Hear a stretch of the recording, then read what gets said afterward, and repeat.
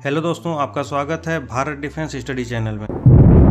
4 दिसंबर 1971 की वो काली रात थी जब पीएनएस गाजी की अंतिम कहानी लिखी जा रही थी। समुद्र हमेशा चुप रहता है, लेकिन कभी कभी वो इतना जोर से चीखता है कि सदियां याद रखती हैं।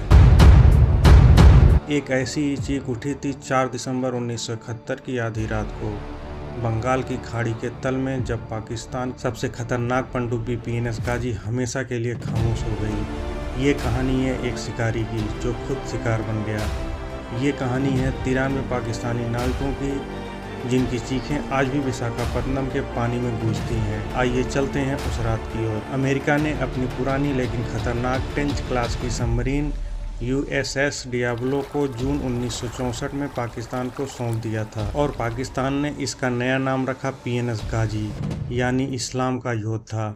यह सबमरीन 93 फीट लंबी और जिसकी रेंज थी 3000 मील तक बिना ऊपर आए चलने वाली, जो हमेशा अपने पास 28 टॉर्पीडो और 10 माइन रखती थी। और सबसे बड़ी बात, वो 11000 मील दूर बैठे दुश्मन को डुबो सकती थी। पाकिस्तानी नौसेना को लगा अब हिंद महासागर में हमारा डर कायम हो गया है। कमांडर जफर मोहम्मद खान एक सख्त ऑफिसर था जो पीएनएस गाजी का पहला पाकिस्तानी कप्तान बना।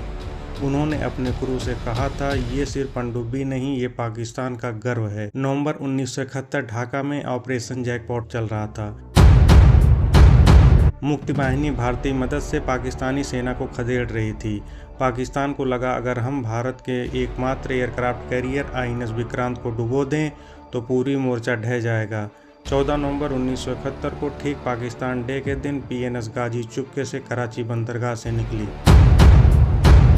कप्तान जफर मोहम्मद खान ने क्रू को संबोधित किया कि हम 3000 मील का सफ़र करेंगे, श्रीलंका के नीचे से होकर बंगाल की खाड़ी में घुसेंगे और विक्रांत को इतिहास बना देंगे। अगर वो ना मिले तो विशाखापट्टनम बंदरगाह पर माइन बिछाकर लौटेंगे। क्रू ने तालियां बजाई। किसी को पता नहीं था कि ये उनकी आखिरी तालियां थी।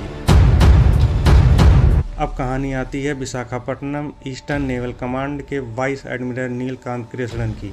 सब उन्हें केली कहते थे। 24 नवंबर 1971 की शाम केली साहब को एक सीक्रेट मैसेज मिला कि पाकिस्तान ने चटगांव बंदरगाह को सबमरीन के लिए ईंधन भेजने का कोडेड सिग्नल दिया है। केली साहब ने सिगरेट का एक लंबा कस लिया और मुस्कुराए।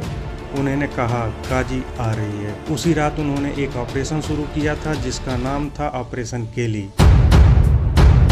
भारत ने गाजी के खतरे को बिल्कुल भी हल्के में नहीं लिया। इंडियन नेवी को डर था कि गाजी अगर विक्रांत को ढूंढ लेती है तो नतीजा भारत के लिए घातक हो सकता है।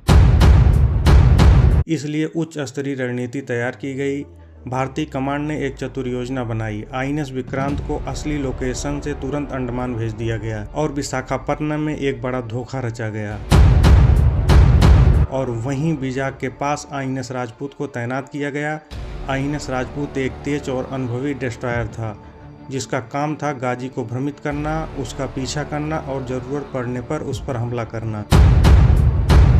कई भारतीय रिपोर्टों के मुताबिक भारतीय नेवी ने जानबूझकर कुछ रेडियो सिग्नल्स और डिकॉय कम्युनिकेशन इस्तेमाल किए ताकि गाजी को लगे कि विक्रांत बिजाक में ही खड़ा है। यही चाल गाजी को बिजाक के मुहाने तक खींच लाई।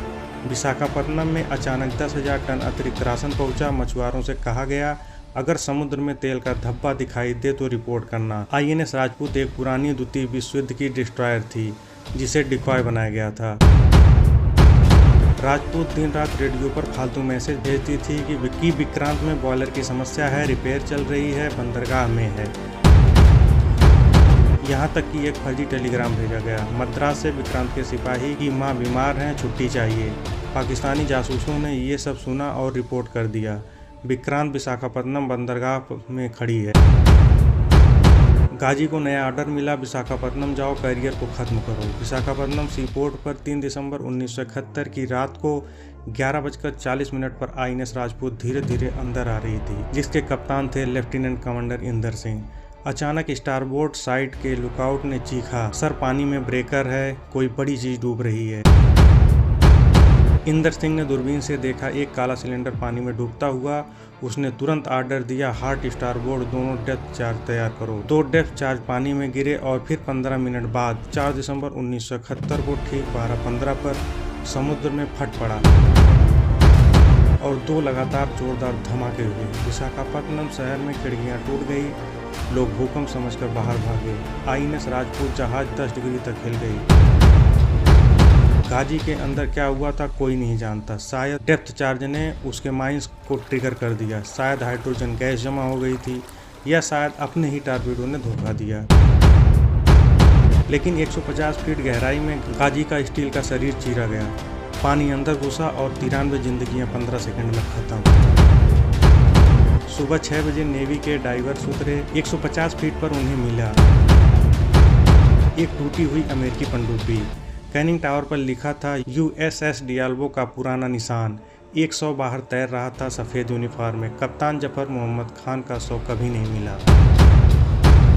जब कैनिंग टावर खोला गया तो अंदर मिली एक सीलबंद डायरी, जिसमें आखिरी एंट्री थी 3 दिसंबर 1971 की, और उसमें लिखा था कि वह INS विक्रांत एयरक्राफ्ट कैरियर पर हमला करने जा रहे हैं, अल्लाह हाफिज। और एक घड़ी जो ठीक 12:15 पर रुक गई थी। आज भी विशाखापत्तनम के मछुआरे कहते हैं कभी कभी रात में पानी के नीचे से आवाज़ आती है, 93 लोग चीखते हैं, हमला हमला।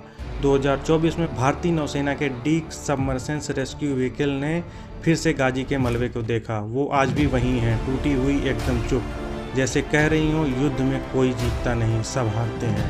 कप्तान जफर मोहम्मद खान और उनके 93 नाविकों जो अपने देश के लिए मरे,